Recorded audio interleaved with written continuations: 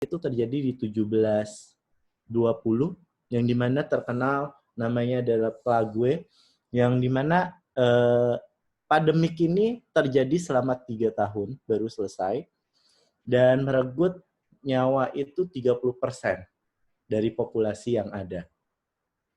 Dan pandemik berikutnya yang terjadi adalah korela yang pertama di 1820. Ini juga berakhir 6 tahun periodenya dan terus terjadi berulang hingga 6 kali.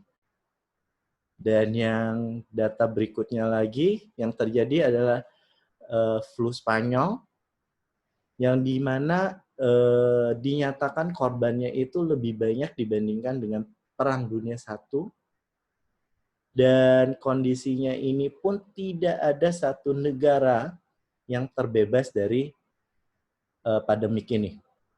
Jadi tidak jauh beda kondisi dari ketiga periode ini sama dengan yang apa kita hadapi. Berarti sebenarnya kita mungkin menjadi salah satu orang yang beruntung karena melalui pandemik 100 tahunan dunia. Nah, apa dampaknya dari ketiga semua pandemik ini dan selama ini terhadap perekonomian?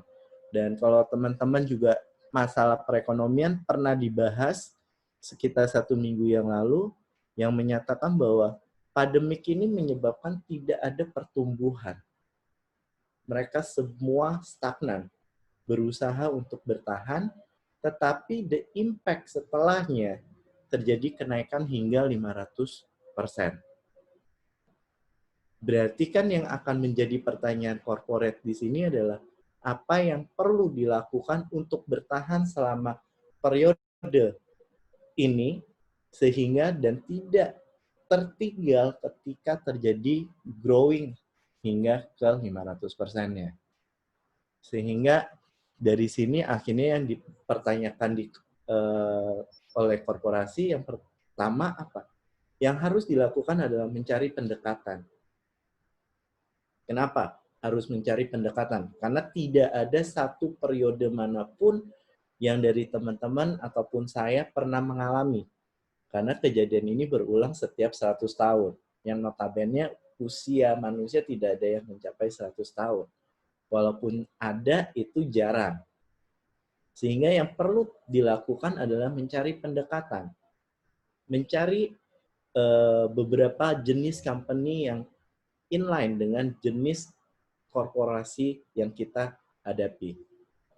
Kenapa itu perlu? Karena kita di sini kondisi lagi keterbatasan resource, keterbatasan data. Sehingga yang terjadi adalah ketika kita memiliki data dari korporasi yang sejenis dari kita, akan sangat mudah untuk kita melakukan copycat. Berikutnya, kalau untuk dari KFC, kita sangat gampang. Kita mencari korporasi dari negara lain. Yang dimana juga di KFC, kita diuntungkan karena kita punya korporasi yang dari China itu menghadapi dampak ini duluan. Jadi mereka sudah menghadapi dari bulan Desember, yang dimana dari negara lain kita selalu bilang, kasihan ya China menghadapi ini. Mereka harus menghadapi minus sampai dengan 80%. Menutup gerai China, KFC China itu lebih dari 8.000 gerai yang ditutup. Ketika kita sudah mendapatkan pendekatan ini, yang berikutnya adalah mengabsorb dengan data yang ada dimiliki dari korporasi masing-masing. Yaitu buat data pendukungnya. Data pendukung yang paling gampang didapat adalah jangan pernah lengah untuk melihat tren penjualan harian. Tren penjualan harian ini menjadi knowledge data pendukung paling baik. Bisa melihat seberapa besar penurunan hari ini, berapa besar akan terjadi kenaikan, apa actionnya, kenapa ini bisa naik, sehingga bisa di-repeat untuk periode berikutnya. Berikutnya, perubahan pola konsumen. Ini yang sangat-sangat harus dilakukan. Tren konsumen berubah. Apalagi kalau misalnya kita lihat di bulan April, Mei, terjadi lockdown, PSBB, konsumen tidak ada satupun yang ada di luar. Mereka pun kalau keluar hanya pergi ke swalayan untuk berbelanja, terus pulang. Nah, berikutnya akhirnya apa? Membuat retargeting yang baru. Targeting yang baru ini yang harus kita lalui. Kita buat, kita formulasikan. Semuanya seperti apa. Nah, setelah semua ini didapat, akhirnya ketika jadi marketing, kita harus membedakan apa yang harus dikerjakan oleh marketing, apa yang dikerjakan secara korporasi. Marketing hanya akan melakukan pendukungan data dan kita akan melakukan action support yang diinginkan oleh korporasi. Sehingga akhirnya marketing melakukan apa? Kita melihat yang namanya perubahan pola konsumen. Apa sih yang terjadi dengan konsumen? Ini data yang kita dapat dari KFC Indonesia dan kita mendapatkan dari secara global. Kita ngedapatin data ini adalah ketika di awal bulan April. Yang dilihat bahwa confidence dari konsumen Indonesia itu turun. Udah tidak nggak bakal rebound nih selama 2 atau 3 bulan ke depan. Berarti kita semua dari tim marketing udah langsung apa yang harus kita lakukan. Terus kita ngelihat lagi situasi yang terjadi apa. Income berubah, mendadak banyak PHK di mana-mana. Terus juga udah mulai melakukan cutting budget, menggunakan uang sangat hati-hati. Ketika ngomong uang pendapatan, akhirnya berdapat dengan apa? Dengan apa yang akan kita jual nantinya. Dan langkah berikutnya lagi, kita ngedapetin kira-kira konsumen itu bisa adapt rutin ini berapa lama sih? Dan ketika dilihat ternyata orang Indonesia percaya ya 2 bulan bakal bisa sih balik normal. Dulunya kita berasumsi, karena banyak yang berasumsi setelah Lebaran selesai COVID bisa ditangani. So, oh nanti bulan ini selesai ditangani. Confidence-nya konsumen pada waktu itu masih mensupport. Tetapi yang tidak bisa bohong adalah terjadinya perubahan habit dari si konsumen itu. Yang tadinya pergi ke bioskop, udah mulai ngelihatnya entertainment online. Netflix mendadak naik, terus TV kabel semuanya naik, terus penggunaan digital payment. Di mana-mana pemberitaan sudah membicarakan digital payment antusiasnya naik. Bahkan kemarin juga BCA menyatakan bahwa fitur digitalnya mereka naik dan digunakan sangat efektif oleh konsumen di masa pandemik. Terus dengan via order online, jelas naik. Orang Indonesia langsung stop dengan melakukan hal tersebut.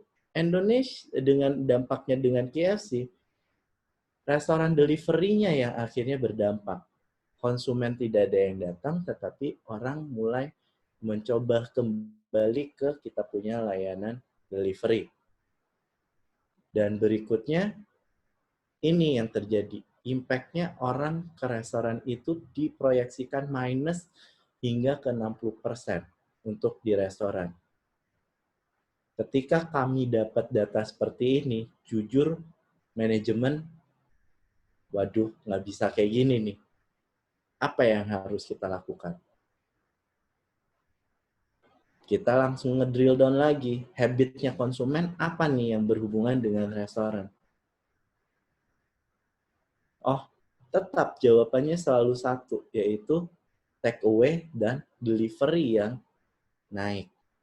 Dan ketika kondisi seperti ini, akhirnya yang terbentuk adalah pattern dari konsumen berubah. Apa tuh yang disebut pattern? Konsumen sudah mulai masak di rumah, sudah tidak terjadi perbedaan antara hari weekday dan weekend, karena semuanya selalu di rumah bersama-sama. Kalau dulu momen weekend adalah momen keluarga, selama bulan April sampai bulan Mei kemarin, setiap hari adalah hari keluarga. Di ruang keluarga isinya orang ayah lagi kerja, anak itu belajar online, ibunya masak. Semua terlihat dengan sepandang mata. Tetapi hal ini yang akhirnya menjadi bidikan-bidikan dari kita punya strategi. Ketika ngomong masak di rumah, apa nih yang bisa dibuat?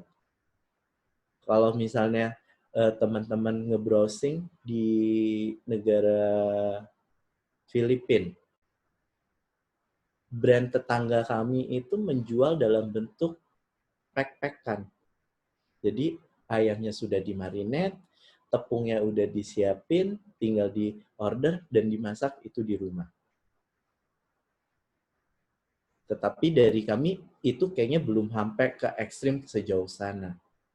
Nah, akhirnya the next-nya gimana korporasi mulai harus mengetahui problemnya secara baik dengan jeli, yang dimana di sini bisa dikatakan bahwa problem ini akan menggerus hingga sedalam apa, sehingga akhirnya korporasi akan bekerja sama dengan yang namanya tim finance, mencari tahu kita punya titik untuk BEP atau titik untuk kita yang penting cash flow-nya itu aman, tidak perlu ada saving, itu di angka berapa.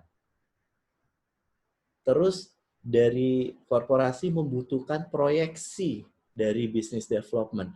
Periode ini berapa jauh, berapa lama berjalannya.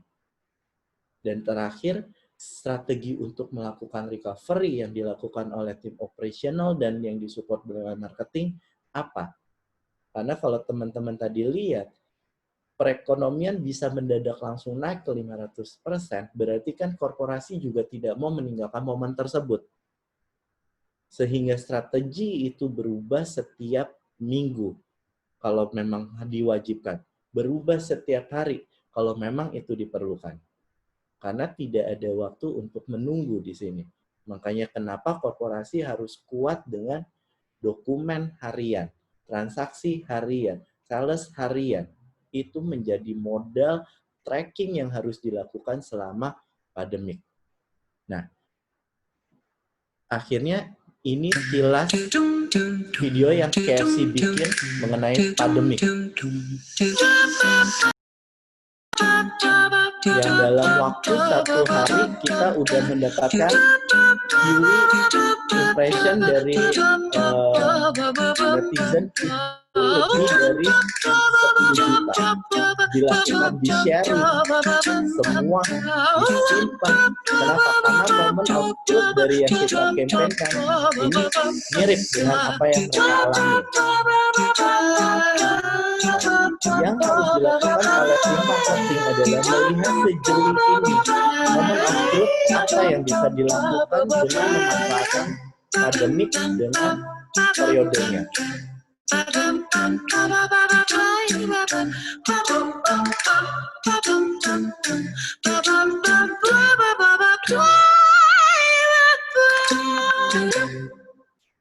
Dan kalau teman-teman lihat, kita ngebikin Stilo ini dalam kondisi bahwa PH itu kondisinya tutup. Tetapi kita tetap harus men-challenge diri kita, ini tetap harus dibuat. Gitu. Nah, next-nya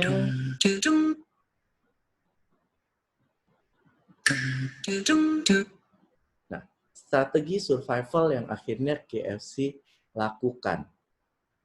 Kita membagi menjadi 5 tahap. 5 tahap ini bukan berarti, staging 1 diselesaikan dulu, baru dilakukan staging 2. Staging 2 selesai, dilakukan staging 3. Enggak. Kelima-limanya ini dijalankan secara bersamaan. Melihat dari situasi apa yang dibutuhkan. Yang pertama kita ngeliatin adalah harus cermat membaca tren, perubahan sigap. Apa yang terjadi hari ini harus bisa di turn back. Terus keduanya adalah shifting to value. Kadang ini adalah yang paling berat yang dilakukan oleh decision korporasi untuk membuat suatu value. Dan di sini teman-teman juga harus hati-hati ketika ngebikin value, bukan berarti adalah value for money itu terlihat murahan, tetapi adalah affordable price yang ditawarkan kepada konsumen.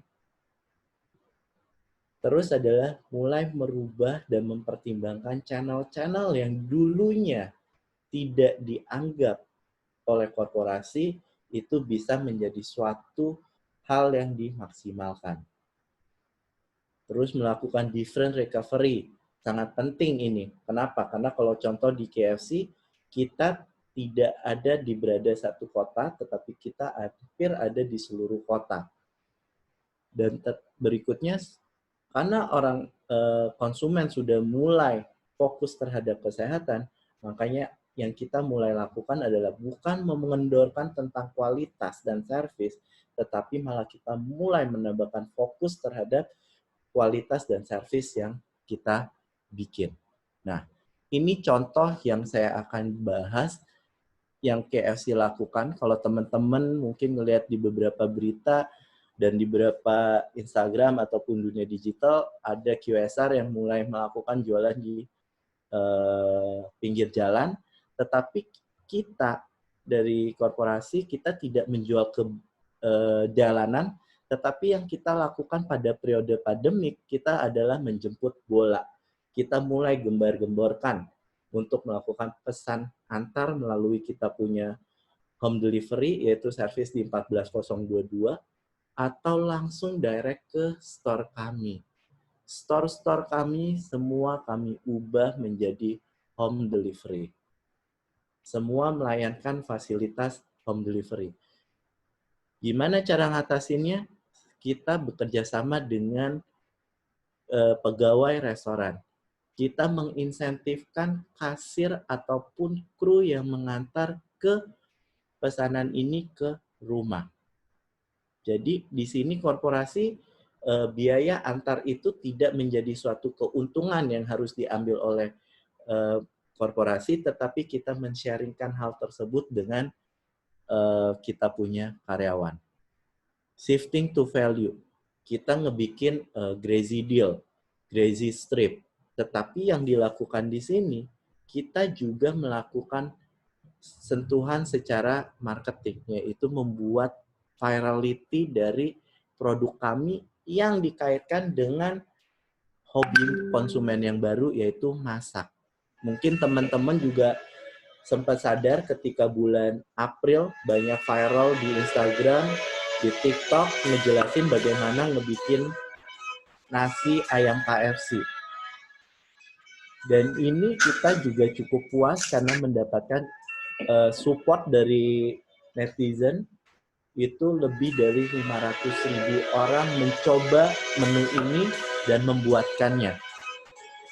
Tapi KFC apakah udah puas? Enggak. Kenapa? Karena di sini ada satu segmen yang hilang, yaitu segmen youth.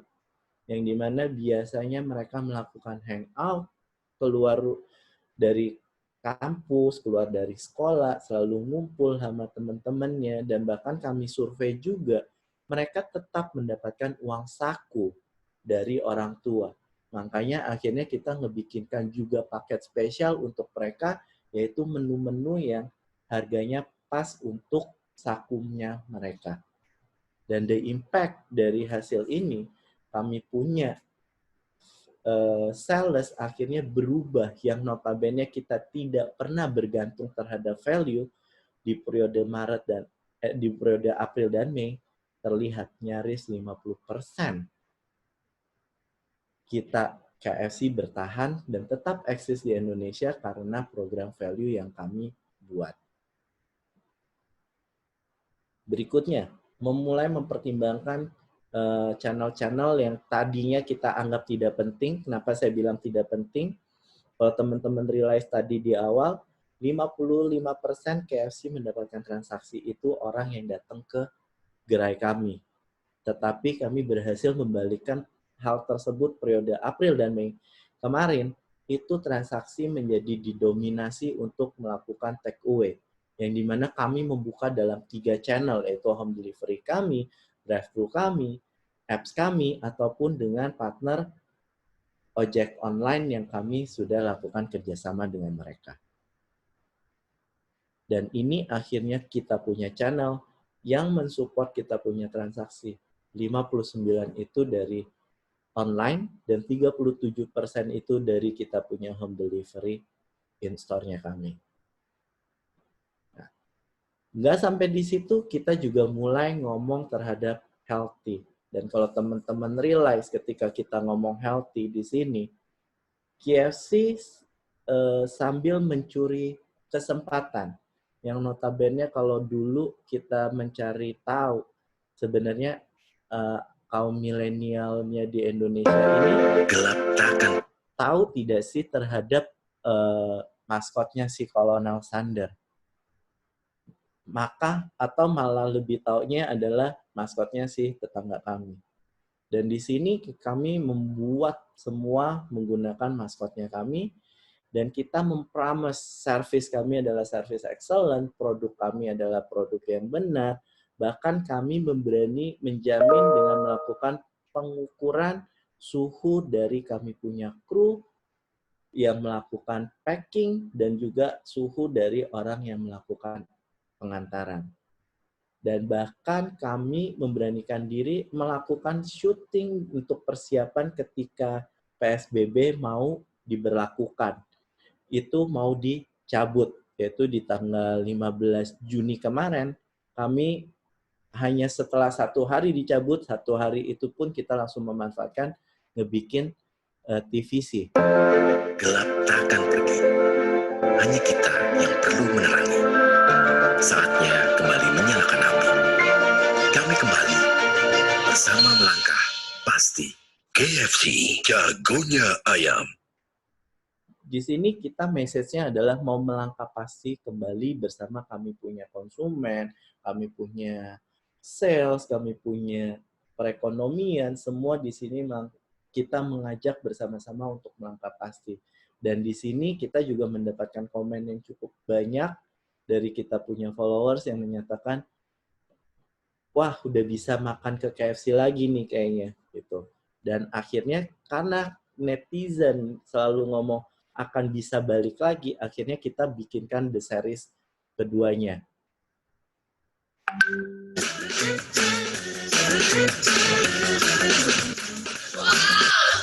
Kangen kadang bikin sendu, tapi sekarang kita bisa langsung ketemu.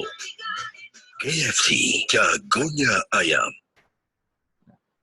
Akhirnya kita melakukan twist. Yang dulunya makan di rumah, bisa dapat dari orderan, sekarang udah bisa langsung ke store kami. Nah, ketika masuk ke store kami, kita juga KFC melakukan suatu innovate, yaitu tidak menggunakan garis silang pada kami punya bangku, tetapi kita mengintroduce makan bareng kami punya icon, yaitu yang tersebar hampir di seluruh kami punya gerai freestanding. Dan nggak sampai di situ, idenya adalah karena kita tidak mau membatasi konsumen. Indonesia paling susah, kalau disilang aja kayaknya gampang tetap didudukin, maka kami di sini idenya ya udah dikasih manekin yang dibuat dari yang berbentuk kolonel. Yang akhirnya yang kita lakukan after dari setelah dibuka, marketing akhirnya ngebikin challenge dan disambut kembali oleh kami punya netizen untuk berfoto bareng bersama kami punya icon. Oke, sampai di situ sharing momennya untuk kita melakukan strategi untuk survival di masa COVID ini. Mungkin kalau dari teman-teman ada yang kurang paham, mau bertanya, silakan.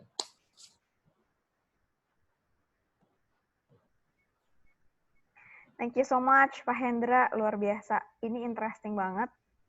Karena sejujurnya aku juga udah ke KFC di masa pandemi ini. Secara langsung ya datang ke KFC. Dan bener dong, saya suhu tubuh diukur dulu pas masuk. Terus juga antara customer sama yang online juga dipisahkan. Dan juga suhu tubuhnya diukur juga. It's real gitu.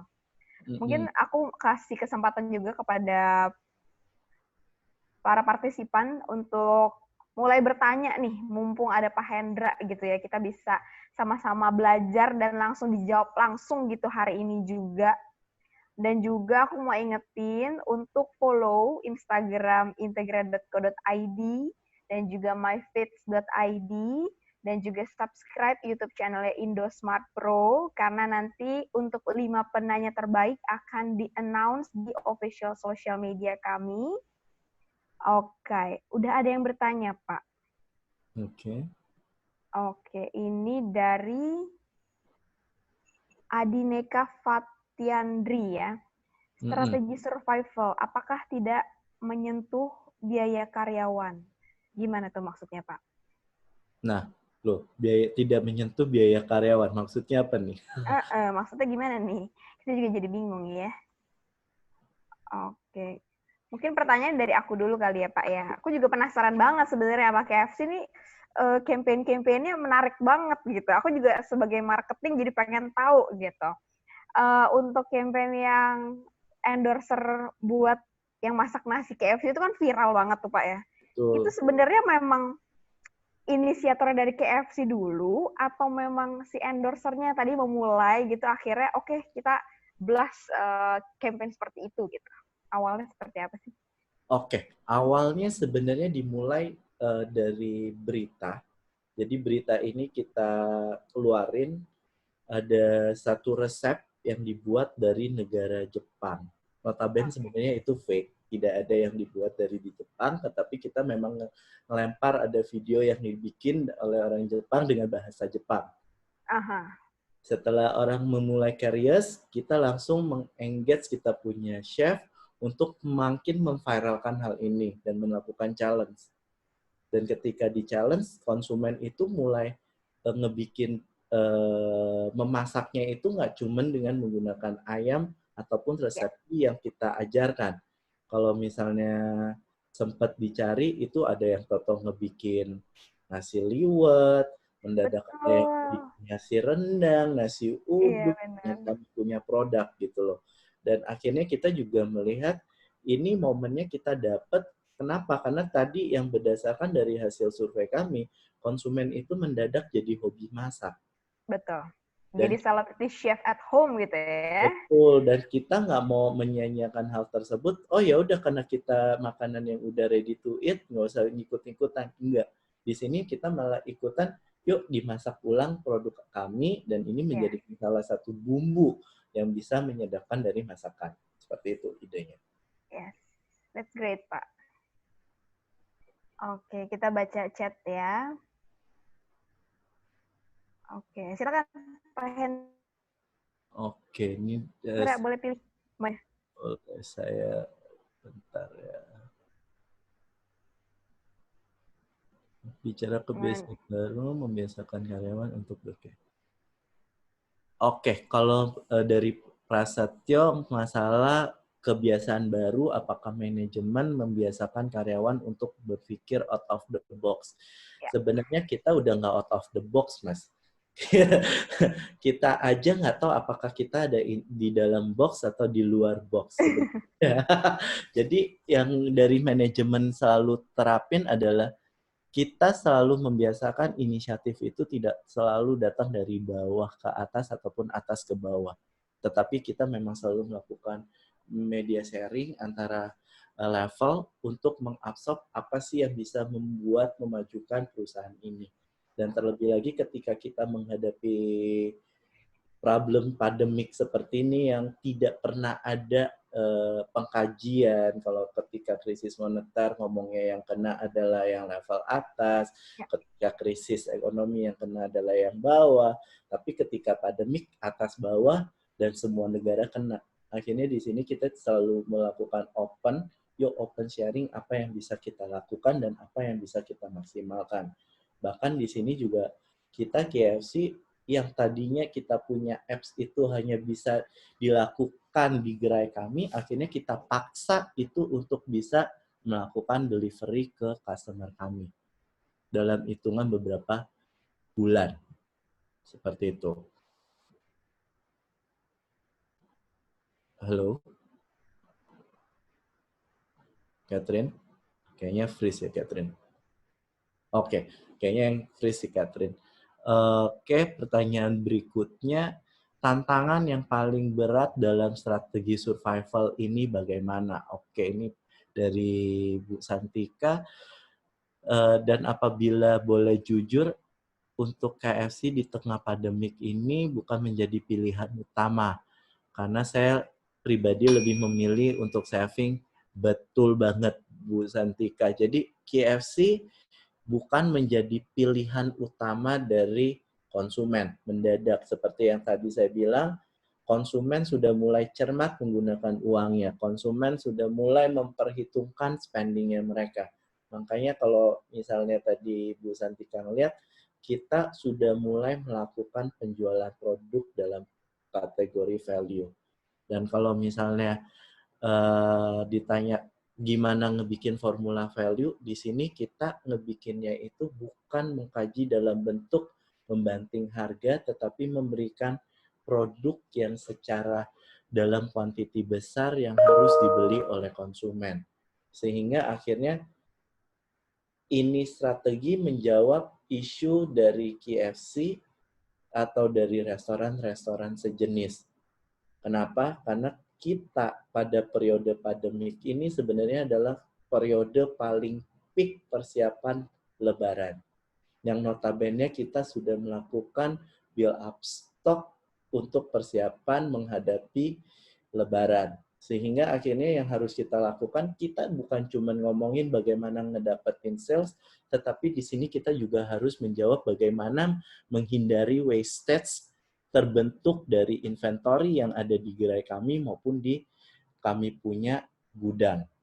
Sehingga akhirnya tim finance dan marketing duduk bersama ngebikin formulasi dan untuk menemukan berapa besar GP minimal yang harus diterima dan tidak menyebabkan kerugian wastage.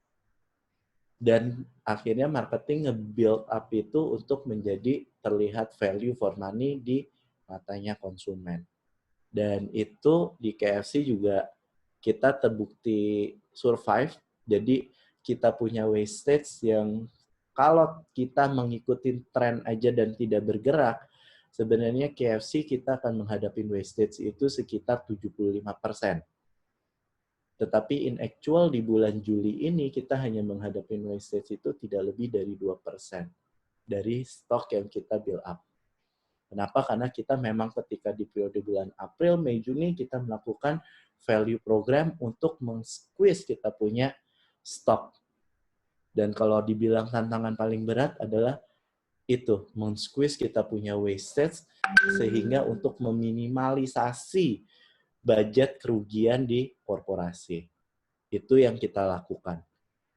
Terus berikutnya dari Pak Rusman mengenai bagaimana KFC tetap bertahan menanggapi banyaknya munculnya tukang dagang ayam sejenis KFC dan strategi apa yang dilakukan dengan pesaing tersebut. Oke, sebenarnya kalau ditanya KFC terganggu atau terusik dengan makanan sejenis, jujur kami sudah melakukan survei Pak Rusman.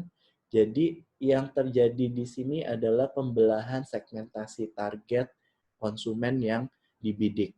Jadi dari makanan-makanan yang ayam sejenis yang sudah ada sampai saat ini itu mereka baru berhasil menyentuh ke segmen C-. Dan sedangkan dari KFC itu kita lebih gendut di segmen B dan C plus-nya. Sehingga kita waktu itu pernah melakukan pilot project di daerah Tanjung Priuk. Itu kita ngebuka gerai dalam waktu 1,5 bulan dengan harga KFC hanya one piece chicken-nya itu 10.000. Yang terjadi produk itu bukannya laku, malah kita nggak ada yang datang. Karena masyarakat di sana menganggap, loh kok KFC sampai datang sih ke tempat sini? Terus yang mereka bingung, kok harganya segini murah? Ini beneran KFC atau tidak?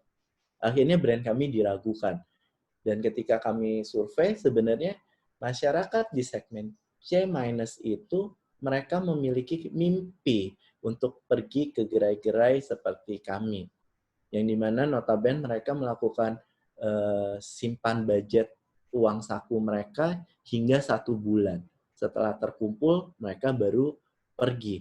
Dan itu tercapture di kita punya siklus konsumen kami, yaitu notabene konsumen akan datang balik ke KFC itu kurang lebih sekitar 18 hari per orang secara average. Jadi makanya apakah kami takut dengan yang di bawah? Sebenarnya kami tidak takut. Yang lebih kami takutkan adalah sebenarnya banyaknya pemain-pemain non-ayam yang mendadak menjadi masuk ke dunia ayam. Yang mereka sebenarnya yang menjadi meng-attack kita punya kue dibandingin yang UMKM yang di bawah. Seperti itu. Berikutnya dari pertanyaan Pak Andri, sejauh mana marketing strategi yang ditampilkan terdapat revenue? Kalau ditanya mendapatkan revenue dari semua yang dijabarkan di atas semua, kita berhasil mendapatkan revenue. Sehingga kami berhasil survive hingga saat ini, tetapi kami tidak berhasil menambah uang simpanan untuk manajemen. Jadi biasanya KFC itu selalu punya dana yang harus disisihkan ke deposito untuk pembangunan gerai kami. Karena gerai itu bukan investasi yang murah. Jadi maka dari semua penjualan selalu kita sisihkan beberapa dana untuk pembangunan gerai berikut-berikutnya. Nah, dalam periode 3 bulan terakhir ini, dana tersebut yang tidak pernah tercukupi untuk disimpan. Tetapi untuk survive day to day harian kami masih bisa survive dengan 5 strategi tersebut. Terus ada pertanyaan keduanya, rasa KFC berbeda dengan KFC sejak dibuka di Indonesia. Yang original sekarang tastes more crispy dibandingkan OR yang agak basah tasty. Kenapa berbeda? Pertanyaannya bagus, Mas. Jadi di kita ini benar OR yang dilakukan di Indonesia kita adalah OR Formula 3, yaitu hanya formula khusus Indonesia. Kenapa kita menciptakan OR khusus Indonesia? Karena based on dari kita punya hasil research, orang Indonesia itu suka yang crunchy. Mereka suka ketika makan bunyi kriuk-kriuk. Makanya kenapa tendensi kerupuk di Indonesia itu punya banyak variasi dan selalu naik penjualannya.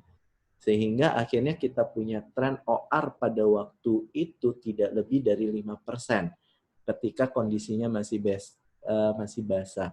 Dan ketika kami bikinkan formula baru untuk lebih kriuk dan lebih crispy, itu tendensi penjualannya itu naik dari 5% menjadi 25-30%. Jadi kita melakukan perubahan adalah karena penyesuaian dengan kita punya target konsumen. Daripada kita meng-kill produk itu karena akan menimbulkan wastage, tetapi kita memperjuangkan. Seperti itu. Kalau ditanya ada pengurangan pegawai pada saat pandemik ini, jawabannya kita tidak terjadi pengurangan PKWTT kami, tetapi kita tidak melakukan perpanjangan PKWT kami. Bedanya apa? Kalau PKWTT adalah pegawai tetap, PKWT adalah karyawan kontrak.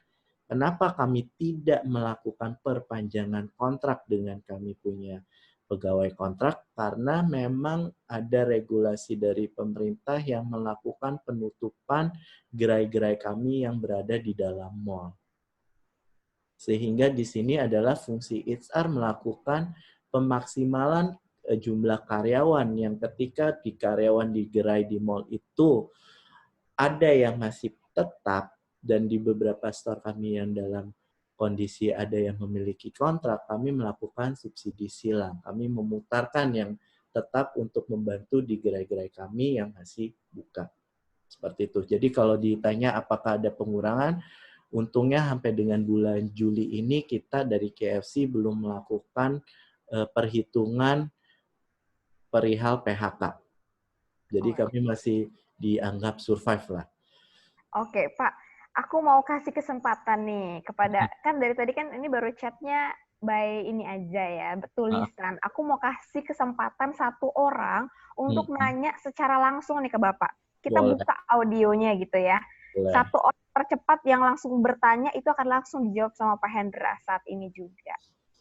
Nanti untuk pertanyaan yang tadi di chat dan belum dijawab akan kita bantu jawab via email ya Pak ya. Oke, ada yang mau bertanya secara langsung? Kami persilahkan. Oh baik, silakan Bapak Julius Doni. Boleh di-unmute?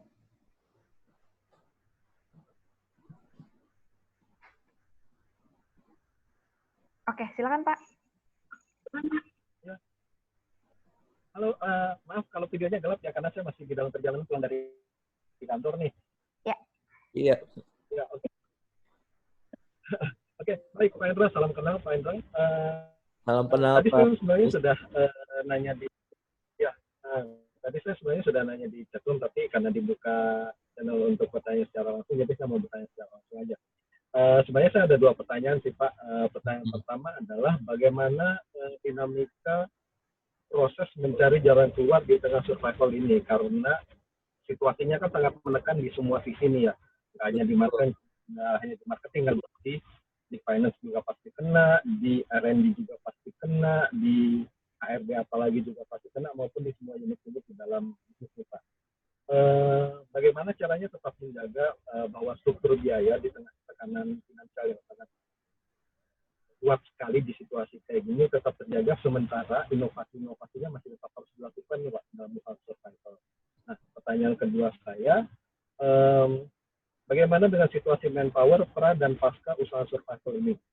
Kita tahu bahwa di awal-awal situasi COVID sekitar bulan Februari Maret yang lalu, di mana hampir semua mall ditutup, semua kegiatan BRI dihilangkan, banyak dari usaha F&B itu kemudian mengambil langkah drastis pengurangan orang. Nah, sebenarnya tadi saya mendengar bahwa di KFC kemudian tidak ada pengurangan ya, hanya tidak ada perpanjangan untuk yang karyawan yang dikontrak. Nah, tapi kan yang pasti situasi-situasi kayak gini kan secara bahwa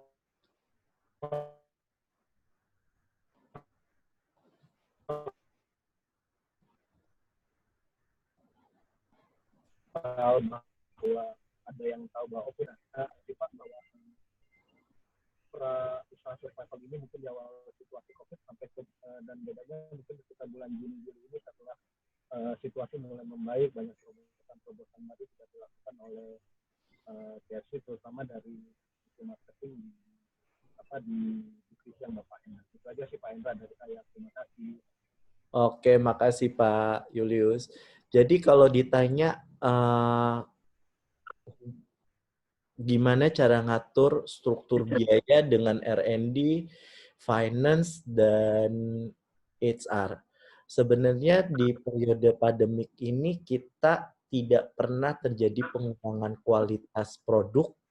Jadi yang kita finance tekankan di sini adalah biaya operasional dari kita punya gerai sebenarnya yang ditekan.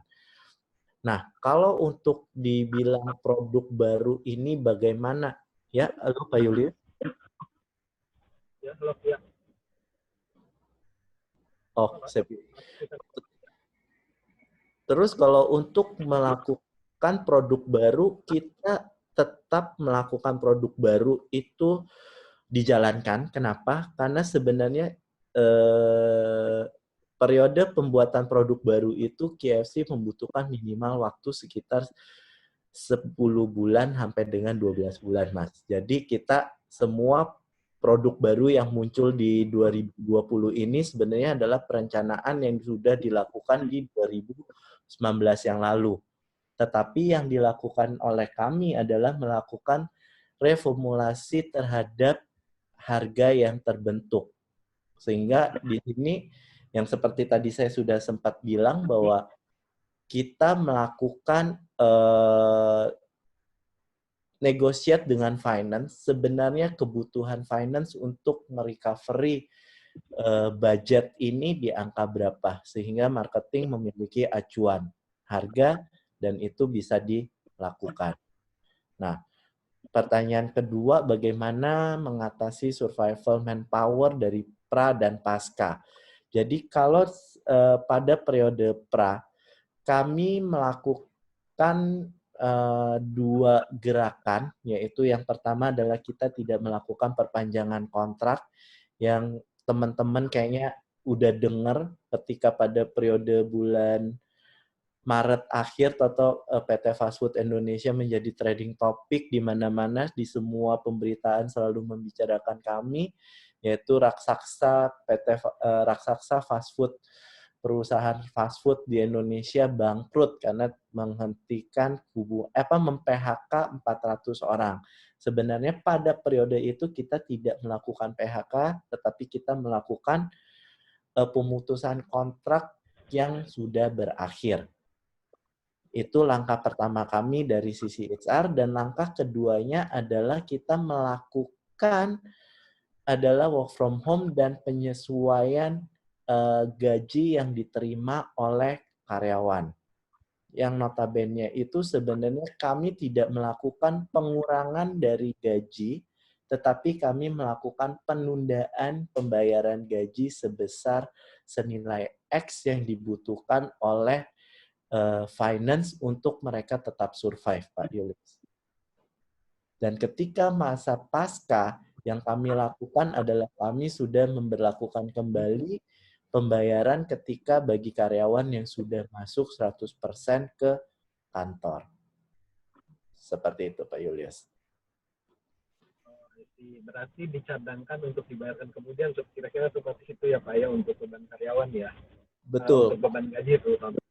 Betul. Jadi yang kami lakukan sebenarnya pengurangan tunjangan lah Pak sebenarnya.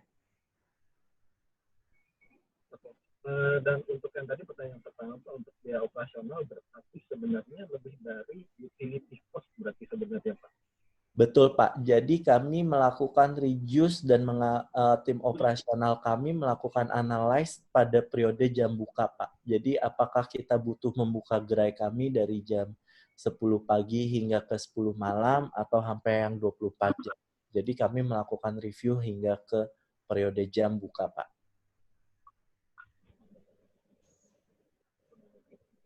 Baik. Oke, baik, makasih Pak Sudah Hendra. terjawab ya Pak Julius. Terima kasih atas pertanyaannya. Dan terima kasih juga jawabannya dari Pak Hendra yang luar biasa hari ini ya. Aku mendapatkan banyak insight juga dari topik dan pembelajaran hari ini. Dan tadi pertanyaan terakhir juga yang akhirnya mohon maaf untuk menutup sesi pertanyaan dan juga sesi dari topik hari ini. Nah, untuk summary-nya yang bisa saya bicarakan yaitu dampak pandemik tidak dipungkiri nih hingga hari ini memang memberi dampak kepada banyak korporasi termasuk juga yang terjadi pada KFC saat ini. Tapi poin terpentingnya adalah harus tetap survive di adaptasi kebiasaan baru ini. Dengan caranya apa? Korporasi harus mengetahui problem atau isu itu sendiri secara baik dan komprehensif dari semua lini, sehingga departemen bisa saling support dan juga bekerja sama dengan baik. Yang tadi 2 poin penting juga harus cari pendekatan yang sesuai dengan industri Bapak Ibu sekalian, dan juga yang pastinya kita harus membuat data pendukung, sehingga kita tahu nih strategic survival yang harus kita buat seperti apa. Oke, baik. Untuk pemenang giveaway hari ini, 5 penanya terbaik akan diumumkan di sosial media kami. Sekali lagi, maka harus di-follow Instagramnya integra.co.id dan juga myfits.id. Nanti tim Integra juga akan menghubungi lebih lanjut untuk 5 penanya terbaik hari ini. Dan saat ini kita mau foto bareng. Jadi untuk semua partisipan hari ini, boleh tolong nyalakan kameranya saja. Kita mau dokumentasikan acara pada hari ini. Oke, baik. Dari tim Integra sudah siap ya untuk capture? Boleh dibantu Pak Mansur atau Bapak siapa? Ya, sudah saya nyalakan. Oke. Boleh dihitung Pak, 1, 2, 3-nya? Ya, saya mulai ya. 1, 2, 3. Sebentar.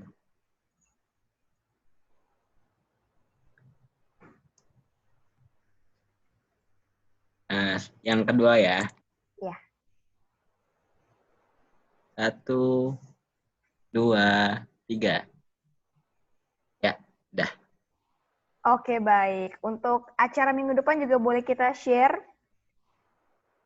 Ya, sebentar. Jadi Integra tetap konsisten untuk melaksanakan ISPRO ini ya. Dari tanggal 6 Juni lalu di volume 1 hingga minggu depan kita akan mulai di volume yang ke-7.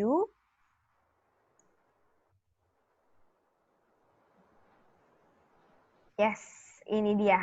Dengan topik menjawab tantangan produktivitas melalui adaptasi kebiasaan baru di lingkungan kerja di hari dan jam yang sama, itu di hari Rabu minggu depan dari jam 7 malam sampai jam 8 malam dengan pembicaranya ada Bapak Novi Estianto selaku GM Marketing Digital dan Print KG Media yaitu Kompas Gramedia, dan satu lagi ada Dr. Franz Corliss MKK selaku Director dari Klinik Sehat Group.